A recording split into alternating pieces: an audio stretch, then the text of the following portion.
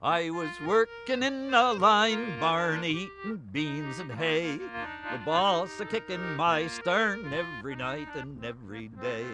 Till I hired out canaling as a horny hand of toil, driving mules that kept a ballin' along the towpath smelly soil. You had kind of what you call animal control officers that were on the canal that were always checking your animals to see that you weren't pulling them too much and that you were only supposed to pull them maybe 8 hours a day or whatever it was. But my feet raised corns and blisters, the mules just raised a stink, roped my feet and threw me twisters plump into the dirty drink. This guy come along, and it would be like the SPCA. This man come along, and first thing they would do is pull the collar back on the horse and see if he was chafed in the hairs very bad. And my grandfather hollered at the guy, "Leave the mule alone, he's fine. I want to see how long you've been pulling him," and so on.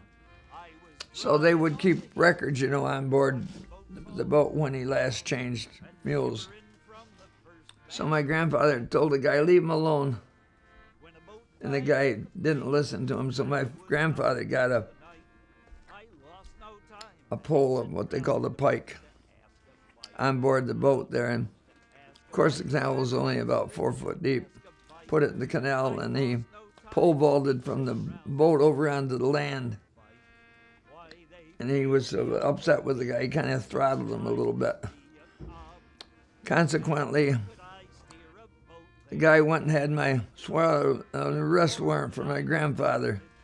I was working in a line barn, eating beans and hay. So up and down the canal for years, my grandfather was always looking over his shoulder, wondering when he was going to be arrested and taken away.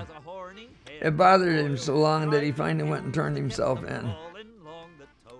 And I don't think it amounted to much of anything as far as the rest at that time went. The towpath smelly soil, my boys, the towpath smelly soil. Mules that kept up ballin' along the towpath smelly soil.